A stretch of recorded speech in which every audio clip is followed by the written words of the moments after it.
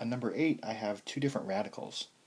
I have radical of x minus 7 and radical of x. Now in general you want to isolate the more complicated radical first. That's already been done for us, so I'm ready to just square both sides. So that will remove that radical on the left, and I just have x minus 7. But on the right, this is a hidden FOIL problem. And it's a hidden FOIL problem with a radical, so we need to be really careful here. So if I FOIL this, 7 times 7 is 49.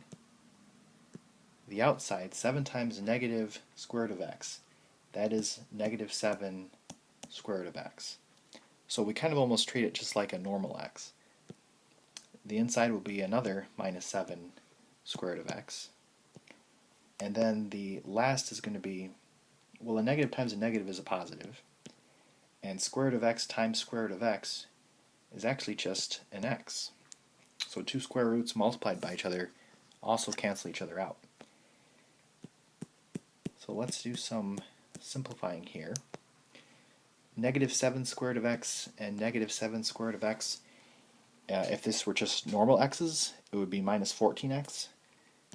So because they're square root of x, it'll be minus 14 square root of x plus x.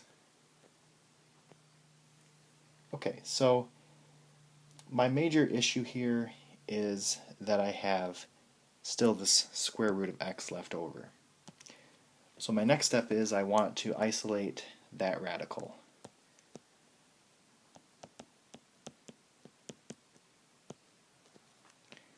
So let's subtract x from both sides. And that's good because the x cancels out. So I have negative 7 is equal to 49 minus 14 square root of x. Then let's subtract 49, and I have negative 56 is equal to negative 14 square root of x. Then divide both sides by negative 14. 4 is equal to square root of x. And now I'm finally ready to square both sides to get rid of that radical. And that will leave me with 16 is equal to x. And I still need to check it after all that. So if you plug in these into y1 and y2, 16 does work.